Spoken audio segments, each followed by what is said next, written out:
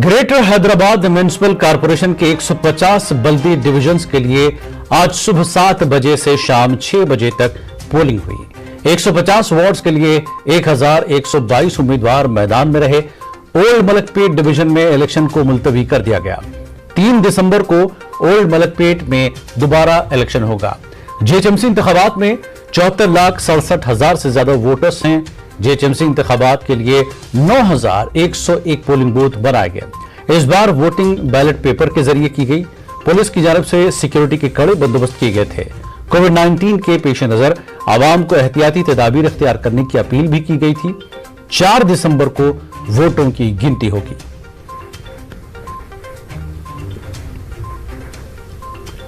GHMC इंतखाबात में सुबह से ही पोलिंग की रफ्तार बहुत धीमी है। इन तस्वीरों में साफ देखा जा सकता है कि पोलिंग बूथ में कोई वोटर नहीं है और पोलिंग की ड्यूटी पर तैनात मुलाजमीन सो रहे हैं।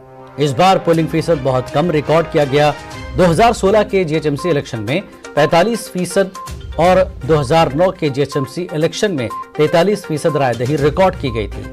बल्दी इलेक्शन में सियासी पार्टियों ने इंतखाबी मुहिम के दौरान अपनी सारी ताकत झोंक दी थी। कई कौमी लीडरों ने इंतखाबी मुहिम में हिस्सा लिया।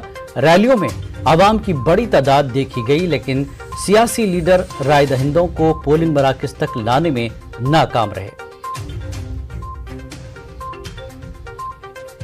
बल्दी डिवीजन नालल नगर में एमआईएम और टीआरएस कारकुनों में झड़प हुई। पुलिस की मौजूदगी में टीआरएस और एमआईएम कारकुन ने एक दूसरे से उलझ पड़े और इंतखाबी जंग को दंगल की लड़ाई में तब्दील कर दिया और अपने शर्ट उतार कर एक दूसरे को चैलेंज करने लगे।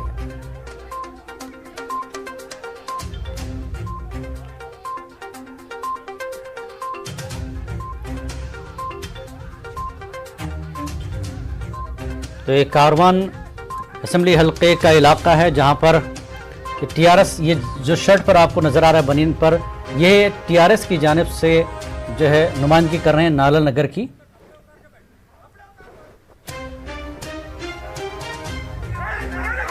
और यहां पर साबिक में एमआईएम ने नुमाइंदगी की थी। एमआईएम के कैंडिडेट ने जीता था और इस बार टीआरएस और एमआईएम के बीच सख्त मुकाबला कुछ हल्कों में देखा जा रहा है। हैदराबाद की चादरघाट पुलिस ने 6 ऑटोज में आई खवातीन के ग्रुप को हिरासत में ले लिया। इत्तलात के मुताबिक ये खवातीन जीएचएमसी के मुख्तलिफ डिवीजन से आजमपुरा में वोट डालने के लिए आई थी, जब पुलिस ने उनको हिरासत में लेते हुए पुलिस स्टेशन मुंतकिल कर दिया। इन खवातीन पर इल्जाम है कि वो फर्जी वोट डालने के लिए आई थी और उनके पास मुनासिब शनाख्ती तफसीलात नहीं थी। पुलिस ने गाड़ियों को भी जब्त कर लिया। आप सुबह से जो है आजमपुरे में बड़े पैमाने पे बोकसिंग हो रही। पूरे हैदराबाद सिकंदराबाद से पूरे खवातीन को यहाँ पर लेके आए, ऑटोस में लेके आके बोकसिंग कर रही। सुबह में मैं खुद जो है 6 ऑटोस, एक मेहदीपट्टनम टोली चौकी का, एक जो है आपके कोटला अलीजा से आए थे, एक छोनी नादेली बेग याकुतपुरे से, एक मादानापेट से, टोटल 8 ऑटो पकड़ के मैं दिया। पूरे लेडीज है उसमें, नए बुरखे है। बात तो हैरत ये हो रही कि नॉन मुस्लिम्स है बुरखे पहन के आके वोटा डाल रही। और मैं ऑटो ड्राइवर का भी मेरे का स्टेटमेंट रिकॉर्ड करा। मैं जब हम पकड़ के दिए तो चादरघाट इंस्पेक्टर जो है 10 मिनट में छोड़ दिया उन लोगों को। फिर और तो मेरे को टार्जन ग्राउंड का नहीं गटे वहां पर, टार्जन ग्राउंड का नहीं, फिर लाइन में ठहर के वोट डाल रहे वहां पर वो लोग। अरे क्या को करा रहे हैं साहब इलेक्शन? ये टैक्स पेयर मनी क्या को वेस्ट कर रही। बुला के एक 50 एमआई वालों को दे डालो, एक 100 टीआरएस वालों को दे डालो, खत्म हो गई बात। अरे एक बार वो लेडीज को पकड़ने का छोड़ देते, कैसा बोलिए आप मेरे को? अब आप देखिए बूथ नंबर 9, 10, 11, 12, 13, 14, 30, 33 यहाँ पर पूरा ये पूरा लाइन लगी हुई है कट्टलगुड़े से पूरी। बीजेपी की घासे बाजार उम्मीदवार रेणु सोनी ने इलाके में फर्जी वोट डालने का इल्जाम लगाया। आज मॉर्निंग से हम खानसबाजार डिवीजन में फिर रहे हैं और देख रहे हैं कि कैसे यहाँ पर रिगिंग हो रही है। वोट देना जनता का अधिकार है और वो देना भी चाहिए, तो उनके उससे अपने मत का अधिकार करना चाहिए। लेकिन ये नहीं कि दूसरों का वोट आप डालो, खाली उसका हक है कि वो अपना वोट डाले। लेकिन यहाँ पे रिगिंग बहुत ज्यादा हो रही है। खिलवत के 4-5 बूथ है उसमें बहुत ज्यादा रिगिंग हो रही है। एक आदमी, एक औरत, एक लेडी, एक में 20-20 कभी यहाँ पे, कभी वहाँ पे, कभी वहाँ पे बहुत ज्यादा रिगिंग हो रही है। नोज पिन हटाते नहीं है, उनके पास आईडी कार्ड नहीं है, वोटर कार्ड नहीं है, आधार कार्ड नहीं है। खाली एक स्लिप लेकर आ जाते हैं और वोट डाल रहे हैं। जीएचएमसी इलेक्शन के दौरान जियागुड़ा में मकामी राय दहिंदों ने एहतजाज किया। उन्होंने इल्जाम लगाया कि पोलिंग मरकज 38 पर बड़े पैमाने पर राय दहिंदों के नाम फहरिस्त से रायदगान से गायब हैं। उन्होंने निशानदेही की कि 919 राय दहिंदों के नामों में से सिर्फ 195 राय दहिंदों के नाम ही फहरिस्त राय दहिंदगान में हैं। उन्होंने अपने नाम ऑनलाइन देखे, तब जब वो मरकज रायदही पर अपने हक रायदही से इस्तीफादे के लिए पहुंचे तो फहरिस्त में उनका नाम नहीं था। उन्होंने कहा कि उनको वोटर स्लिप भी दी गई थी।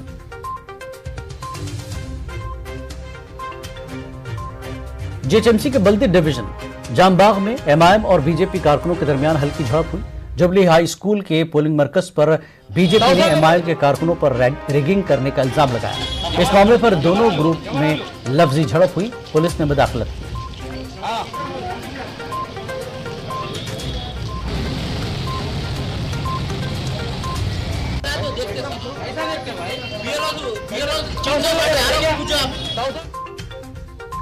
बीजेपी और टीआरएस कारकुनों ने उप्पल बल्दी डिवीजन में कांग्रेस उम्मीदवार पर इंतखाबी धांधलियों का इल्जाम लगाया। भारतनगर के पोलिंग मरकज पर बीजेपी और कांग्रेस के कारकुनों ने एहतजाज किया। उन्होंने फर्जी वोटर्स के जरिए पोलिंग कराने का इल्जाम लगाया।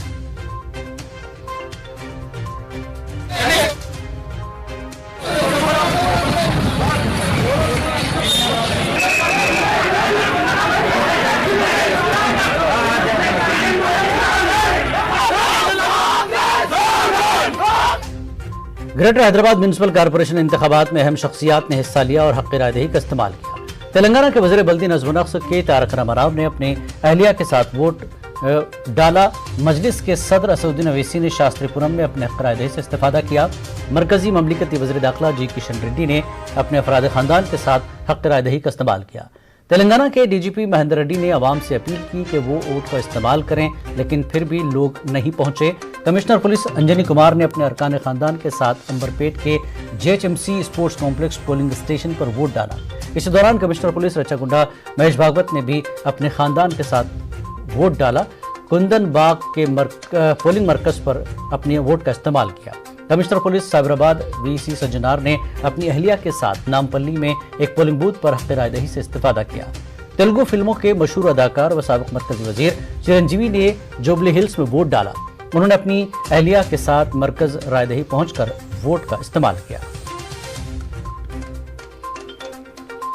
टीआरएस के रुकन असेंबली व सरकर्दा वकील एन नरसिम्हा का इंतकाल हो गया। हैदराबाद के एक कारपोरेट अस्पताल में दिल का दौरा पड़ने से एन नरसिम्हा चल बसे। वो 64 बरस के थे। उनकी पैदाइश नलगुंडा जिले के नरकल मंडल में हुई थी। उस्मानिया यूनिवर्सिटी में अपनी तालीम के दौरान उन्होंने स्टूडेंट्स फेडरेशन ऑफ इंडिया की सरगर्मी के साथ क़यादत की थी और बाद वो कम्युनिस्ट अदब जैसे तेलंगाना के मुस्लिह जद्दोजहद से राग़िब हुए। इनकी सियासी सरगर्मियों का आगाज़ CPIM से हुआ। वो मुत्तहदा AP में नकरेकल हल्के से 2 मरतबा असेंबली के लिए मुंतखब हुए। 1999 तक 2004 वो असेंबली में CPIM के फ्लोर लीडर बनाए गए थे। 2014 में TRS में शामिल हो गए। उन्होंने कांग्रेस के सीनियर लीडर जाना रेड्डी को नागार्जुना सागर हल्के असेंबली से शिकस्त दी थी। तेलंगाना के वज़ीर आला चंद्रशेखर राव ने गहरे सदमे का इजहार किया और कहा कि नरसिम्हा ने जिंदगी भर आवाम के लिए काम किया। उनकी मौत से पार्टी और हल्के की आवाम का नुकसान हुआ। रियासती वज़रा ने रुकन असेंबली को खराज अक़ीदत पेश किया।